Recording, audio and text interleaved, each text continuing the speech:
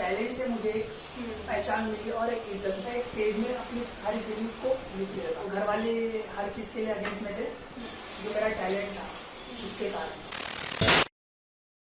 नमस्ते आप सभी को, मेरा नाम है जागृति। द वेलफेयर स्टेट की तरफ से मैं आपका स्वागत करती हूँ। आज हमारे साथ है सैमुअल समुद्रे, जो नागपुर के मशहूर रैपर हैं। सैमुअल 15 साल की उम्र से ही रैप लिखना और गाना शुरू किया है। इन्होंने पढ़ाई में BBA मार्केटिंग मैनेजमेंट किया हुआ है। सैमुअल समाज के ऐसे घटकों पे रैप लिखते हैं जिसके बारे में नॉर्मली बात नहीं की जाती है। यही इनकी खासियत है। सैमुअल के काम के लिए इनको समाज गौरव और समाज भूषण ये अवार्ड्स भी मिले हैं। इनके साथ आज सचिन शंकर लीडर जी हैं, जो इनके गानों को डायरेक्ट भी करते हैं। इनके साथ मिलकर सम्मी का एक नया प्रोजेक्ट आने वाला है, जिसके बारे में भी हम आज जानेंगे। तो आइए सम्मी के बारे में उनसे ही हम आज गहराई से बात करते हैं, उनके रैपिंग के करियर के बारे में। हेलो सम्मी, आपका स्वागत है। Hello sir. आपने 15 साल की उम्र से ही रैप करना शुरू किया था, और ये एक ऐसा आर्ट फॉर्म है जिसमें आर्टिस्ट अपने मन की बातें, अपनी कहानियां अपने ऑडियंस से एकदम बेधड़क बिंदास अंदाज में बोलते हैं। पर उसके लिए पहले वो आर्टिस्ट के पास एक कहानी होनी चाहिए जो लोगों को पसंद आए, उनके मन को छू जाए। ये जो कहानी थी वो आपको कैसे मिली? हम 6 भाई बहन थे, जिनमें मैं सबसे बड़ा था। तो बड़े के मुताबिक क्या होता है कि छोटे भाइयों को लेके चलना पड़ता है। हम क्या करते थे, बाल्टी लेते थे, डब्बा लेते थे, प्लेट्स लेते थे, उसको हीट करते थे। तो उससे जो भी म्यूज़िक बनता था, तो उससे एक म्यूज़िक में इंटरेस्ट आया। रैपिंग बोला जाए तो मतलब एक आर्टिस्ट की अंदर की फीलिंग्स होती है। तो हम लोग मिडिल क्लास फैमिली से आते हैं, जो कि गरीबी देख चुके हैं। जो गरीबी होती है वो इंसान को इतना ज़्यादा तोड़ती है। कभी कभी खाने में प्रॉब्लम होती है, 2 वक्त की रोटी नहीं मिल पाती है। और मेन मुद्दा ये आता है कि बेरोजगारी इतनी ज़्यादा तोड़ती है इंसान को कि मतलब वो अंदर से तो रो रहा है, लेकिन वो बाहर में मतलब एक्सप्लेन नहीं कर पा रहा है कि मैं तकलीफ में हूँ। तो उसे स्माइल फेस ही रखना पड़ता है। तो मैंने क्या करता था, मतलब अंदर से जैसे ही मुझे तकलीफ होती थी, तो मैं एक पेज में अपनी सारी फीलिंग्स को लिख देता, लाइक राइमिंग वर्ड्स में। तो उसको लाइन टू लाइन मैंने राइमिंग करते गया। मुझे ये भी नहीं पता था कि इसे रैप कहते हैं। तो मैंने ऐसे नॉर्मली ज्वाइन किया, मतलब एक पैराग्राफ लिखा उसको, और मैंने नॉर्मली राइम करते हुए उसको एक गाने के माध्यम से उसको प्ले कर दिया अपने फ्रेंड्स के सामने। तो जब मेरे दोस्तों ने पहली बार मेरे लिए ताली बजाई, मतलब मैंने क्लैप किया था, तो मुझे मतलब इतना ज़्यादा खुशी हुई थी कि नहीं यार, मतलब मैं भी कुछ ना कुछ कर सकता हूँ। 10th क्लियर होने के बाद जब मैं 11th में गया, तो मुझे एक फ्रेंड मिला। फ्रेंड ने बोला कि साथ में मिलके हम एक गाना रिकॉर्ड करते हैं। लेकिन घर वाले हर चीज़ के लिए अगेंस्ट में थे। लेकिन मेरी जो दादी है, मेरी दादी इतना ज़्यादा सपोर्टिव थी कि उन्होंने मतलब मेरे घर वालों के मना करने पर भी मुझे चुपके से पैसा दिया कि क्या बोले तो स्टूडियो में रिकॉर्डिंग करना। तो फर्स्ट सॉन्ग मेरा रिकॉर्डिंग हुआ और वो अपलोड हुआ। जो मैं आपकी गानों से समझ पाई हूँ अब तक, तो मुझे ऐसा लगता है कि आप एक सोशली अवेयर पर्सन है, समाज के बारे में बहुत ही जागृत है। हर कोई इन बातों को इतनी गहराई से नहीं देख पाता या फिर नहीं सोच पाता है उनके बारे में। आपको ये समझ कहाँ से मिली? बोला जाए तो अगर एक आर्टिस्ट की लाइफ स्टार्ट होती है स्कूल लाइफ से। तो स्कूल में जब हम छोटे थे, तो हम हालांकि SC मेहता समाज से आते थे। तो उस टाइम में मैं 7th क्लास में था। तो 7th क्लास में एक टीचर थे, वो बच्चों को डांटते तो थे, लेकिन उसमें वो एक गाली का मतलब प्रोनाउंस करते थे, जाहिल गवार मेहतर। जाहिल गवार तो मतलब ये गाली है, लेकिन मेहतर नॉट अ गाली है ना। लाइक वो एक समाज है जिससे हम आते। तो मैं क्या करता था, मैम को देखता था, और जैसा उनका परेड होता था ना, मैं डेस्क के नीचे छुप जाता था। तो मैं बहुत ज़्यादा करता था कि कहाँ अगर मैम ने मुझे बोल दिया कि ये जाहिल गवार मेहतर है, तो सारे बच्चे मुझे चिढ़ाएंगे कि मेहतर समाज से आता है, ऐसा है वैसा है, निचली समाज से। मतलब बहुत बुरा लगता था, हर्ट होता था। तो कभी कभी मतलब रोना भी आता था। तो मैं डेस्क के नीचे ना रोता था। तो उस टाइम में मैंने एक पेज लिया, पेज में अपनी सारी कहानी लिखा। मतलब जब मैं छोटा था मैंने क्या किया क्या नहीं किया, तो सारा मैंने अपनी पूरी कहानी के रूप में वो पेज में छाप दिया, और वो पेज को मैंने जला दिया। तो एक दिन मैम ने बोला कि हमें एक अपनी स्कूल के लिए नया गाना लिखना है। तो मुझे समझ में नहीं आ रहा वो लोग कैसा लिखेंगे क्या लिखेंगे। तो मैंने घर में गया, बैग रखा, बुक निकाला, एक पेन लिया, पेज लिया, उसमें मैंने सारा अपने स्कूल के लिए गाना लिख दिया था। आज भी मेरे पास वो लिखा हुआ है। वो गाना लिख दिया मैंने। दूसरे दिन मैडम को बताया तो मैडम ने थोड़ा सा वो रिजेक्ट कर दिया था वो गाना, क्योंकि वो थोड़ा सा हिप हॉप टाइप का था। तो उस टाइम में मैम बोले कि हमें बोले देशभक्ति गाना चाहिए, नॉट अ हिप हॉप। तो देशभक्ति भी गाना लिखा, लेकिन मैडम को बताया नहीं मैंने कि मैंने देशभक्ति गाना लिखा। मैं रोज आता था स्कूल से, फिर एक लिखता था गाना, फिर रोज आता था, फिर मैं रोज लिखता था। मतलब ऐसे ऐसे करते करते मेरी इतनी प्रैक्टिस हो गई कि मैं आधे घंटे में सारे लिरिक्स लिख लेता था। अभी भी मतलब मुझे ग्रुप में, मेरे रैपिंग जो रैपर्स लोगों का ग्रुप है, उसमें मतलब सबसे स्पीड लिखने वाला रैपर बोला जाता है। मैंने हर चीजें स्कूल लाइफ से ही सीखा है। आपका जो एक गाना है मेहतर लायंस, तो ये YouTube पे बहुत अच्छा चला, इसको बहुत लाइक्स मिले, व्यूज मिले। ये एक ऐसा टॉपिक था जिसके बारे में नहीं बोलेगा कोई इंसान। ये गाना करने का आपको विचार कैसे आया? क्या होता है नॉर्मली, जब अपने कम्युनिटी के लोग जब आगे ना बढ़ पाए तो उन्हें एक उम्मीद होती है कि मतलब कोई ना कोई मसीहा तो अपने लिए पैदा होगा जो कि हमारी कम्युनिटी को आगे बढ़ाए, चाहे वो एजुकेशन लेवल में हो, आर्टिस्ट लेवल में हो, या फिर कोई भी फील्ड में हो। तो ऐसा मेरा मानना था कि जब तक का हम अपने आप को रिप्रेजेंट नहीं करेंगे, मतलब अपने घर से हम खुद को अपने रिप्रेजेंट नहीं करेंगे, तब तक हम लाइफ में या फिर समाज में आगे नहीं बढ़ सकते। तो हर एक इंसान दुनिया में बोलो या फिर अपने भारत देश में हर एक समाज को बांटा गया है, जाति को बांटा गया है। तो जो निचली समाज के लोग हैं वो खुल के अपने समाज को वो बता नहीं सकते कि भाई ये समाज से बिलोंग करता हूँ। जो अपर लेवल समाज के लोग, पंजाबी हो गए, सिंधी हो गए, गुजराती, हमारे तो खुद बोलते ठाट से कि हम पंजाबी हैं। तो सारे लोग बोलते थे कि हम पंजाबी है, हम गुजराती है, हम मारवाड़ी, तो भाई हम क्यों नहीं बोल सकते कि हम मेहतर समाज के। तो मेरा मानना था कि जब तक का इसको एक इंटरेस्टिंग वे में नहीं लूँगे, एक मतलब एंटरटेनमेंट के रूप में नहीं लूँगे, तब तक का मतलब आगे वाले को ना हम समझा सकते और ना खुद समझ सकते।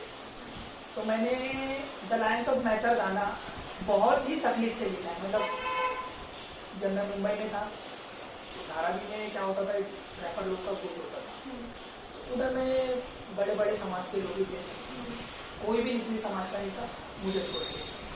तो जब हम रैपिंग के लिए एक साथ जब बैटल के लिए आते थे, तो बैटल में क्या होता था, हर एक आगे वाले इंसान को पछाड़ना पड़ता था लाइक शब्दों से। तो मैं पछाड़ भी देता था सभी को। लेकिन एक दिन क्या हुआ, मुझे बहुत ही जोर से प्यास लगी थी और मेरे पास पानी की बोतल भी नहीं थी, कुछ भी नहीं था। तो एक फ्रेंड था मेरा, उसके पास पानी की बोतल थी, तो उससे मैंने पानी की बोतल मांगा और मैंने जस्ट पिया। पीने के बाद उसने नॉर्मली ऐसा पूछा कि कहाँ से हो, क्या करते हो, कौन से समाज से बिलोंग करते हो। तो मैंने सब चीज़ें तो बता दी, लेकिन जब उसने पूछा मुझसे कि तुम कौन से समाज से बिलोंग करते हो, तो मतलब मेरे गले से जो आवाज़ ही नहीं निकली कि मैं उसको क्या बोल पाऊँ, कि क्या बोलूँ कि मैं ये समाज से बिलोंग करता हूँ।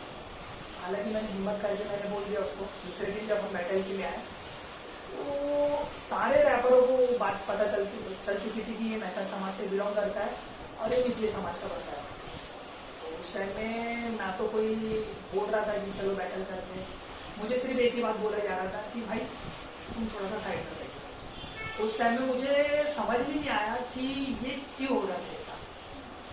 तो जब मैं एकांत में जाके बैठा, मैं सोचा यार हर दिन तो बहुत सही चल रहा था, मेरा सब कुछ चल रहा था, तो आज के दिन ही क्यों मेरे साथ ऐसा हुआ।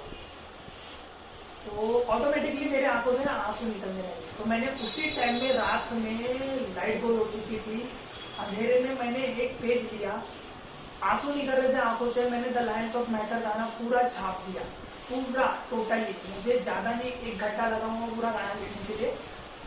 और वो गाना मैंने, जब मैं नागपुर आया तो मैंने अपने भाइयों को सुनाया, तो वो इतने खुश हुए कि मतलब अब अपनी समाज का पहली बार एक गाना बनने वाला है। तो हमने एक ऐसी टीम बनाई जिसमें director, script writer, actor, spot boy, lightman, drone pilot, हर एक लोग थे, कम से कम 100 लोग थे शूटिंग में। तो वो गाना अगर आप देखोगे तो मतलब उसमें आपको पता चलेगा कि एक मेहतर समाज का जो लेडी या फिर जेंट्स होता है उसको किस प्रकार से हर चीज़ें, मतलब मेंटली, फिजिकली हरेसमेंट होता है उसका बहुत ज़्यादा। मुझे मेरे गानों में ये कहना था कि मतलब मेहतर समाज नौटा गाली।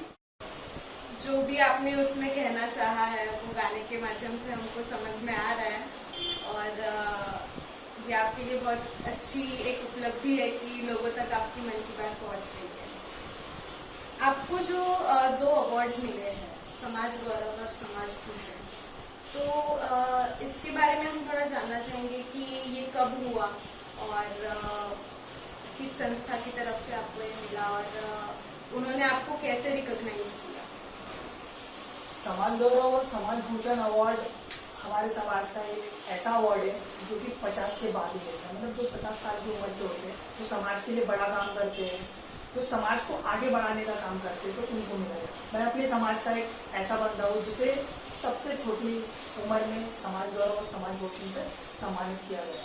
तो मुझे दुनिया करके सॉन्ग था, जिसे मैंने दलित जो बच्चे को मारा गया था, राजस्थान का जो केस है, जिसमें वो बच्चे को सिर्फ इसीलिए मारा गया था कि उसने पानी पिया था मास्टर जी के घड़े से, और वो बच्चा एक दलित समाज का था। तो ये बहुत दुखद समाचार है हमारे लिए कि मतलब इंसानों को भी इसीलिए मारा जा रहा है कि पानी, खाना, ये सब चीज़ें तो हमारे लिए मतलब दैनिक हमारा मूल अधिकार है कि जिसे हम कहीं पे भी यूज़ कर सकें।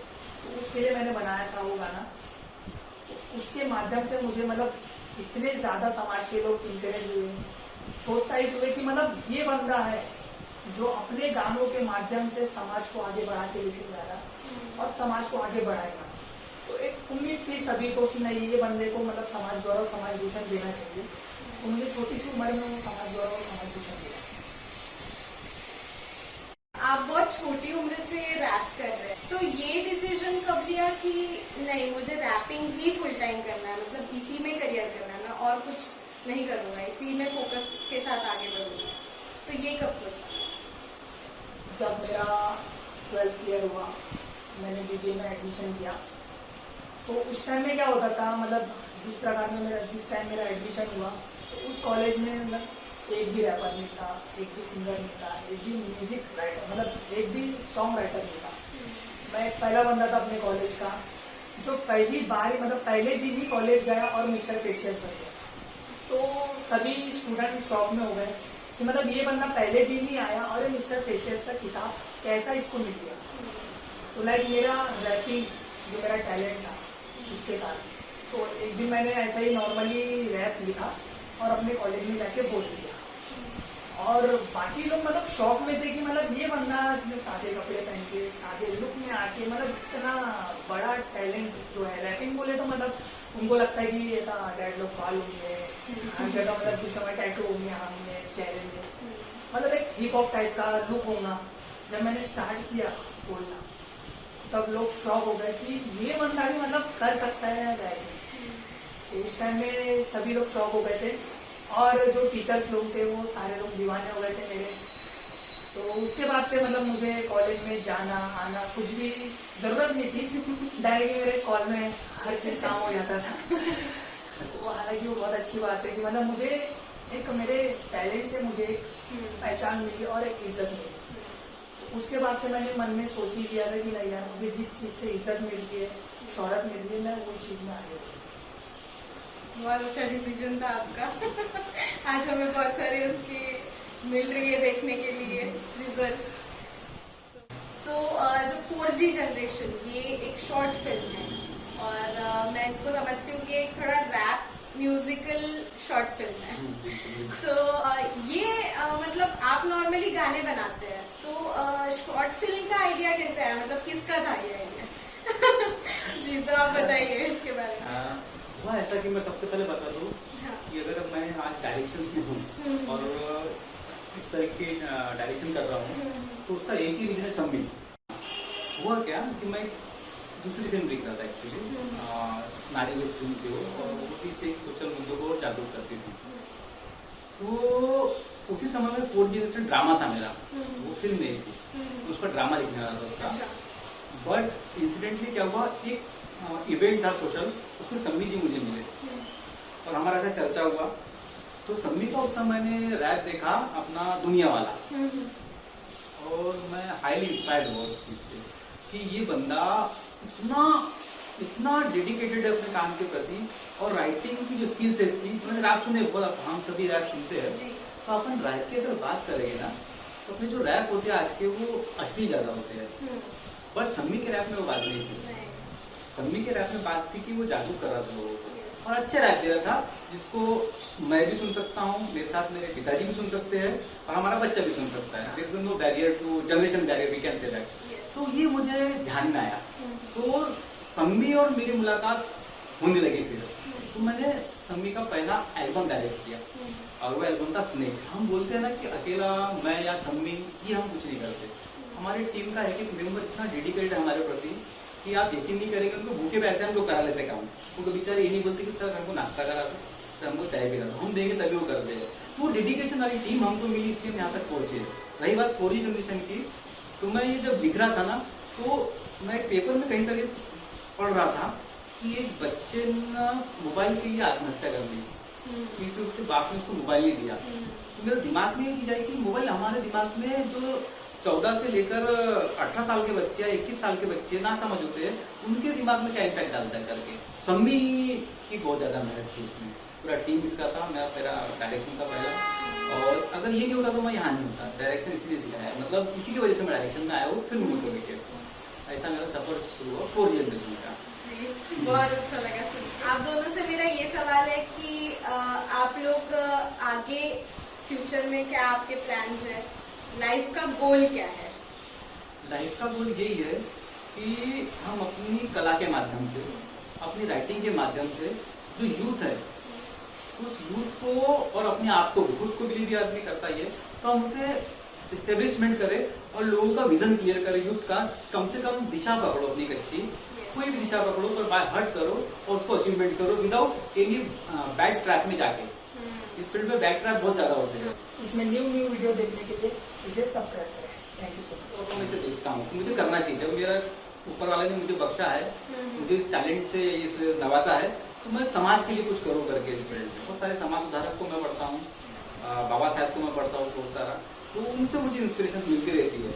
और पैसा कोई बैरियर नहीं है हमारे स्किल के लिए, पैसा कोई बैरियर नहीं है, बस हौसला होना चाहिए। अभी वो चले गए दिन कि जब लोग बोलते थे कि शाहरुख खान की या अमिताभ साहब की पिक्चर रहेंगी तभी हिट होगी करके।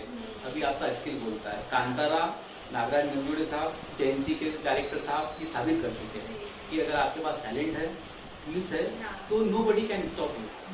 मुझे तो मतलब यही फील्ड में आगे बढ़ना है, क्योंकि कैसा है, इज्जत, शौहरत और जो दौलत है अब मुझे इसी चीज़ से मिलेगी, और हालांकि मुझे मिल भी रही है, तो मुझे यही चीज़ करना है। चाहे फिर परिवार वाले साथ ना दे, घर वाले साथ ना दे, या फिर दोस्त साथ ना दे, या फिर दुनिया साथ ना दे, बस मेरी टीम मेरे साथ में है, मेरे सर साथ में है, और बाकी जो मेरे फ्रेंड्स हैं वो साथ में है। बस किसी को मतलब उन्हीं को लेकर मुझे आगे बढ़ना है, और ये चीज़ में नाम आना। तो आज हम मिले सम्मी से और सचिन जी से। इनसे बात करके हमको ये समझ में आता है कि बहुत कम उम्र में भी हम लोग बड़े सपने देख सकते हैं और उन्हें पूरा भी कर सकते हैं। एक लास्ट मेरा ये सवाल रहेगा कि आप लोग का एक नया गाना आने वाला है अभी दोनों का मिलके, तो वो कब आने वाला है, और उसके बारे में थोड़ा सा आप बताइए हमें। ये जो गाना है वो सम्मी सर का आइडिया था एक्चुअली, उन्होंने रेट लिखा हुआ उसको, निकले शिवा बरातियों के साथ करके। तो हम जिस तरह गाने को फील कर रहे हैं, ये एक शंकर भगवान शिव जी के ऊपर गाना है, और ये गाने का थीम उनके शादी का ही है। अच्छा। शादी का ही थीम है, उसको डायरेक्ट मैंने किया हूँ, और उसका डायरेक्ट ये गाना जल्द ही हमको देखने मिल सकता है, इसी हफ्ते में मिल सकता है अगर सब कुछ ठीक रहा। पर यहाँ पे मैं कुछ चीजें आपको बता दूं कि इस गाने को बनाने के लिए जो एक प्राप्ति धोटे करके मतलब हमारी बच्ची है, she is a choreographer of that dance, और उन्होंने बहुत मेहनत की है। ओके। तो आज हमें इन दोनों से मिलकर बहुत खुशी हुई, और हम सब चाहेंगे कि इनका नया जो आने वाला गाना है वो बहुत अच्छा हिट हो जाए, और ऐसे ही अमेजिंग लोगों से हम मुलाकात जारी रखेंगे, और हम आपको मिलेंगे एक नए वीडियो के साथ। आपकी पूरी टीम का बहुत बहुत शुक्रिया कि आप लोग हम जैसे छोटे कलाकारों को इंकरेज कर रहे हैं, and you are taking the very nice questions and towards us, and thank you very much thank for you. Inviting me and us. The welfare state के यूट्यूब चैनल को लाइक करें, शेयर करें, support करें, उसमें new video देखने के लिए इसे सब्सक्राइब करें। Thank you so much. अपना गाड़ी नहीं अपन प्यार मांगता, छोटे तेरे जैसा अपन यार मांगता, वार तेरे रास्तों को सीधा करे चलता मैं, ऐसा मेरा छोटे हर एक बार मांगता। अपना गाड़ी नहीं अपन प्यार मांगता, छोटे तेरे जैसा अपन यार मांगता, वार तेरे रास्तों को सीधा करे चलता मैं, ऐसा मेरा छोटे हर एक बार मांगता। ए भाई थोड़ा कम गरम चलेगा, भाई को देख के यूं हाथ नहीं मलेगा, ऐसे पड़ेगा तेरे कनपट पे रास्ता जो चाटता फिरेगा रे, काम नहीं चलने का हल्ले का छोटे स्वैग बोलते डॉन गिरी नहीं इसे रैप बोलते, भाई की लिखा छोटे चूके चले आसमां दूरी नहीं देखती जो क्या बोलते, अपन रैप बोलते पूरा सीन खोलते, बेचा पाड़े बस मेरे खून बोलते, ज्वाला बने सब मेरे आगे चिंगार छोटे फाड़ के कलेजे ऐसे चैर बोलते, इसे कैर बोलते छोटे लहर बोलते, इसे वैर बोलते अपन वैर बोलते, टॉप में लिखा के चलू नाम ये सितारों वाला सभी मेरा नाम छोटे वैर बोलते।